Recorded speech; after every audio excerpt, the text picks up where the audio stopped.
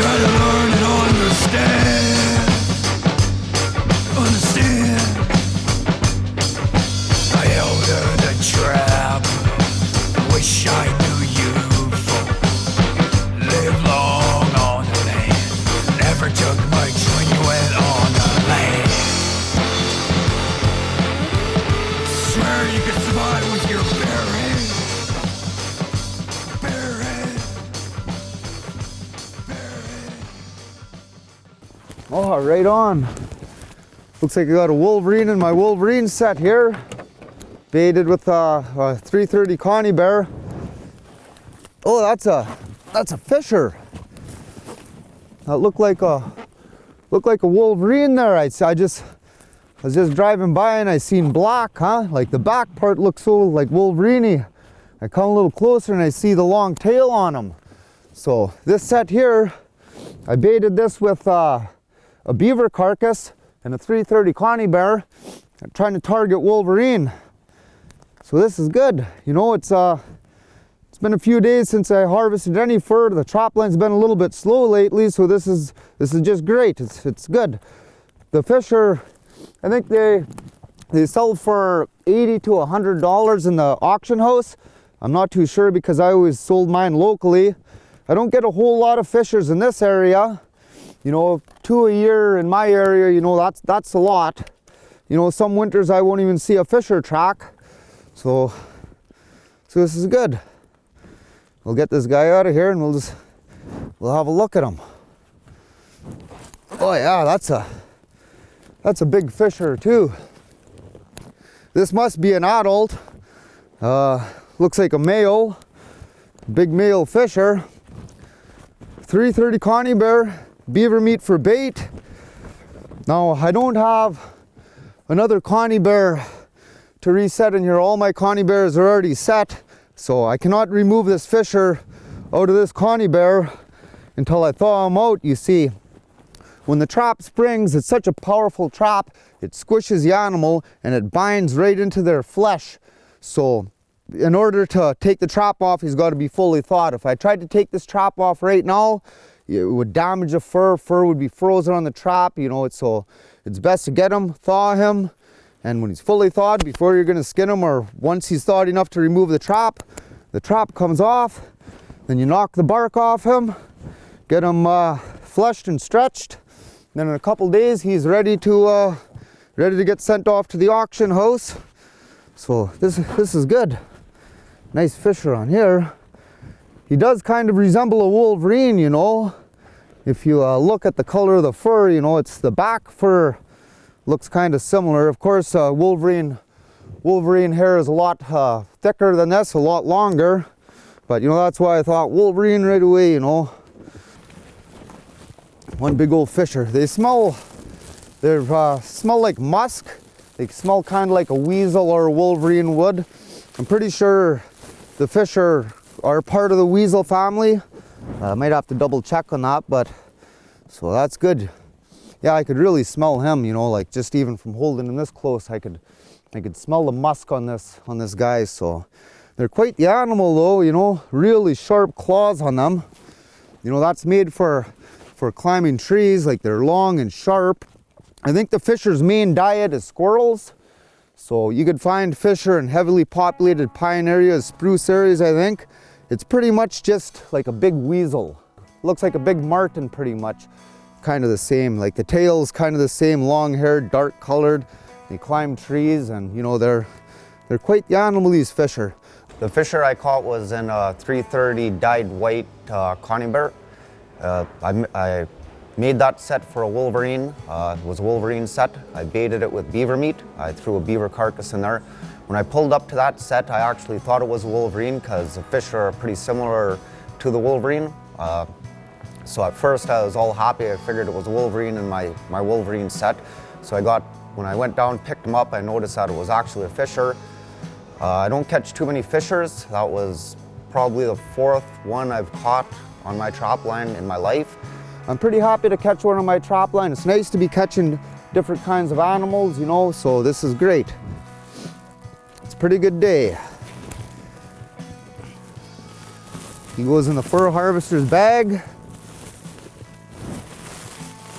we'll carry on down the line and check a bunch of lynx snares and lag holds, a couple martin boxes. Right on. Nice day already. Yeah, next time when I come through here, I'll have that, tomorrow or day after, I'll have that 330 Connie Bear cleaned up and taken off that fisher. It'll get reset. I'll probably come back here and a big old Wolverine will go and take that bait with no trap in there, you know. We'll just see what happens, huh? Okay guys, let's carry on down the line. Oh gee, that's not good.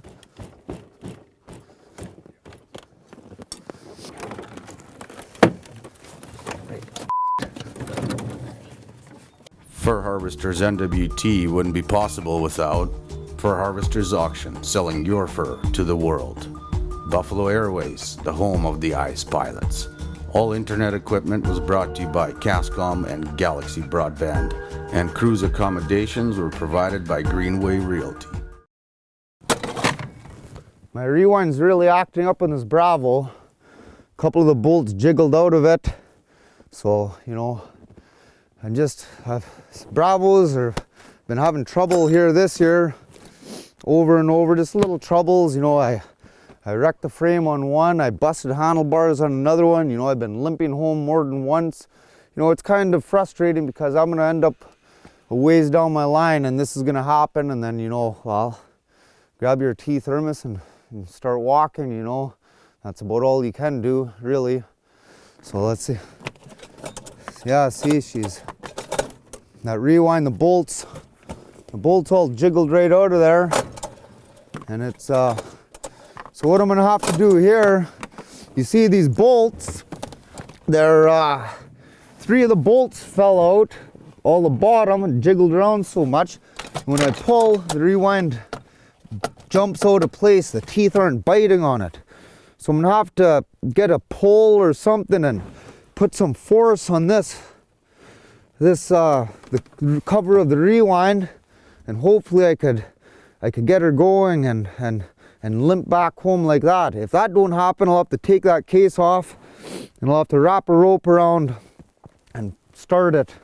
I've done that before, I know that works, but this isn't good. But you know, it's I don't know, let's see what I can do here. I use the Bravos because they're very cheap for fuel. They're very fuel efficient. You could pick it up in the bush and spin it around, no problem. And they're very narrow, so you could pick your trails through the bush and pretty much go anywhere through the bush. They break down often, but you could usually fix them pretty quickly. It could be a rewind or ice freezing up in the gas lines. Oh, let's try this old pole here. I think next year I'm gonna buy a brand new machine.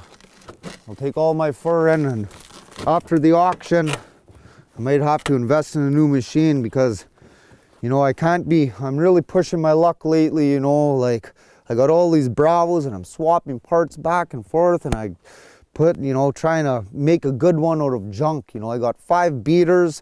I'm trying to make a good beater out of 5 junk beaters. So I don't know, let's see if this old beater will get going. I don't know how this is gonna work. I'll prime her a couple times, and so if I push my force on this against that rewind and pull on that, it might bite. It's biting, so this might work. I don't know, this is kind of an awkward situation here. No, I need more pressure on there. Go from there. Oh, Betsy!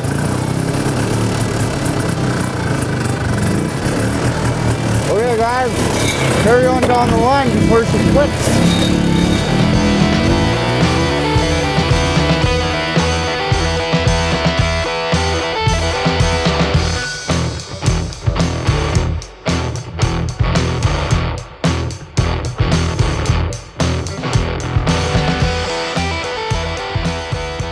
Right on. Picked up a martin in my martin box here. I haven't gotten too many martin this year, you know, so this is good. They were been kind of slow with the martin lately, so I'm pretty happy to see this. You know, this is a nice looking martin. You know, he's a fairly nice size, real bright color on him, huh? That's good.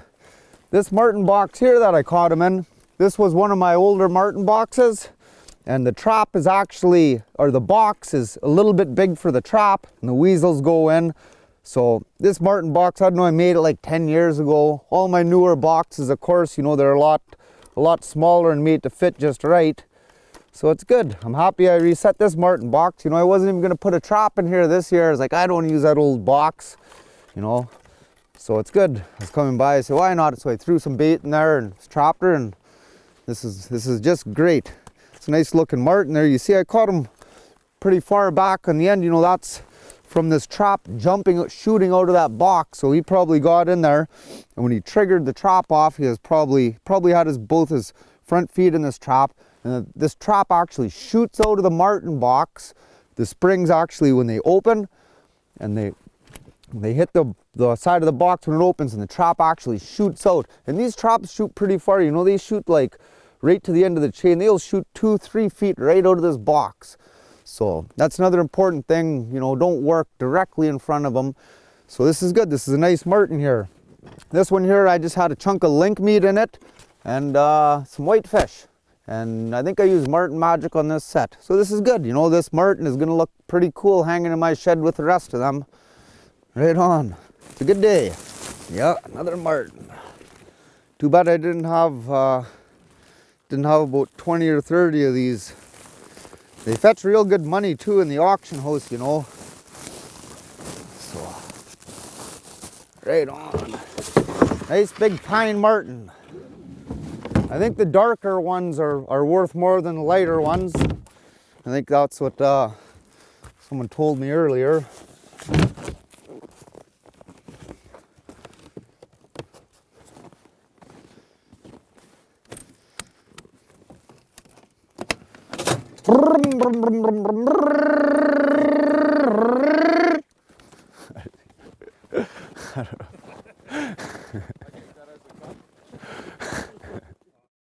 Closed captioning for this program is brought to you by Fur Harvesters Auction, selling your fur to the world.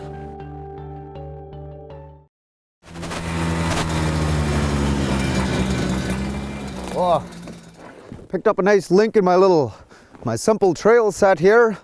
I use the trail sets often.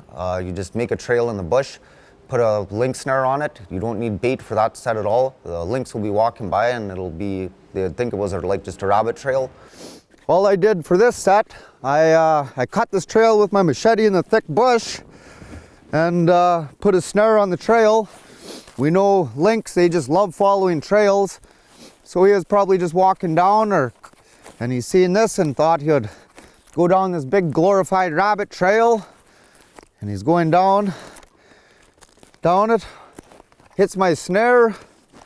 Looks like a kitten, not a very big one. You know, this is good. It's been a couple years since I got a kitten, so it's nice to see. Simple trail sets, you know, they're pretty effective and they're easy to set. So get this guy out, we'll have a look at him. Oh yeah, hasn't been chewed on or nothing. It's a nice looking little cat, this one. Some nice spots on him. You see, last week I caught a lynx, and right away I knew there was something wrong with this lynx. He was pretty thin.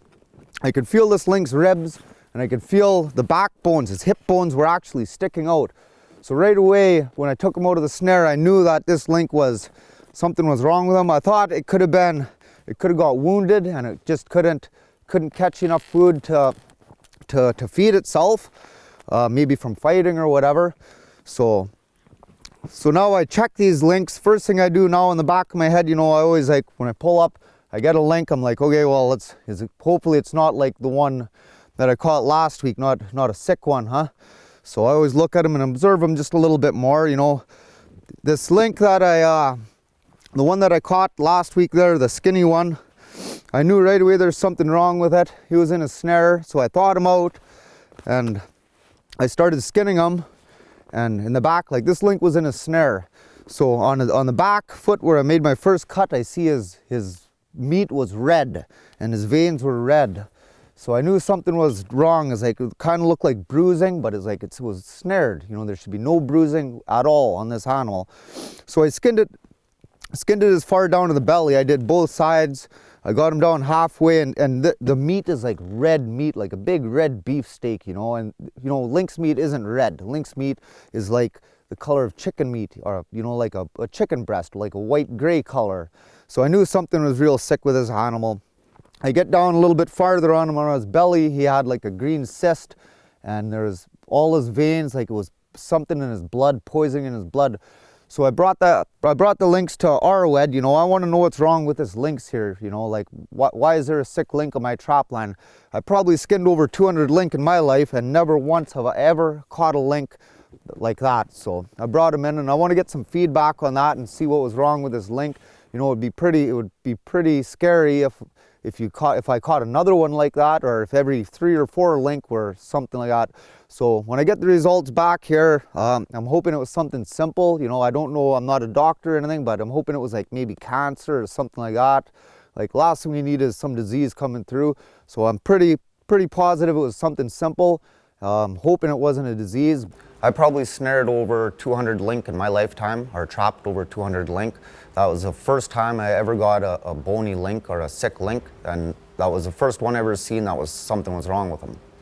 You know, this one looks good, so he goes in the sleigh and he gets skinned and stretched pretty soon here.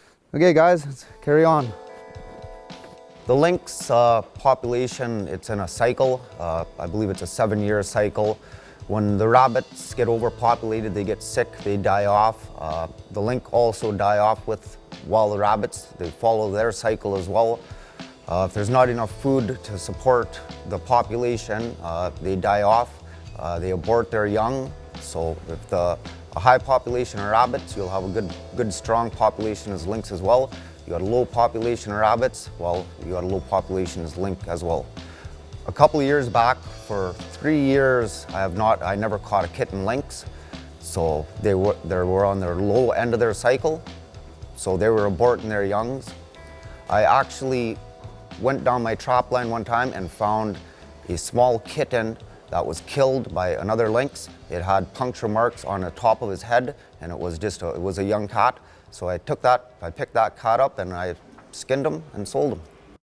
Fur Harvesters NWT wouldn't be possible without Fur Harvesters Auction, selling your fur to the world. Buffalo Airways, the home of the ice pilots. All internet equipment was brought to you by Cascom and Galaxy Broadband, and cruise accommodations were provided by Greenway Realty. Another tree blew down over my line. I'm gonna have to machete this one out of the way. It's kind of a pain. You're out on the trap line all day and just working, especially in this warm weather. You know, it might not seem like much, but you hack at this tree and then you're wet and you're covered, your whole body's covered in sweat, and then you get back on your skidoo and then you get chills, and you know, it just makes for a little bit of extra work. And you know, you don't want to be out on your trap line working all day, 6 hours by yourself in the cold, and you work and overdress and then you're sweating, and then you get back on and you get chilled, and you know, it could make a bad situation, huh? I use this machete most every day. This is probably one of my more important tools. It's kind of an important little tool to take with you. Cut bait with it, cut trees with it, cut rope, whatever, huh?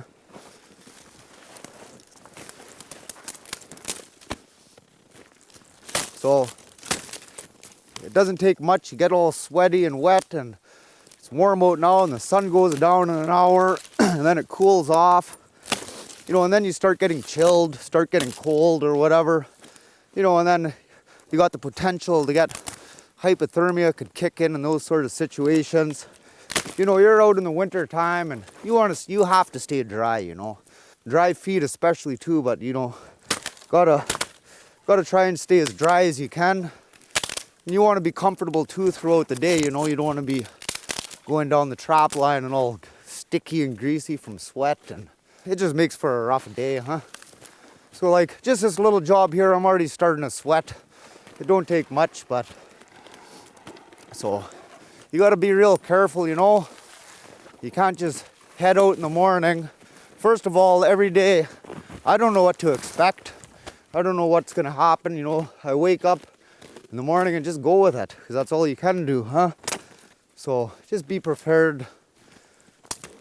Be prepared for the worst, you know. Be safe. That's the main thing. Be safe. The exact same chop we got mink in last night. We picked up another one. Down Pete Bandit, we finally got him. That's 2 we got out of this hole. One just last night, and then we got another one today. Another mink.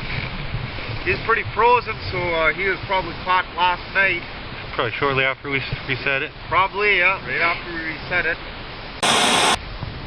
There we got a small rabbit there. We can claw him out and eat him up, give him to the elders or whatever. Use the bait, but I think we're gonna cook this one up. Make sure none of the little rodents been eating on him.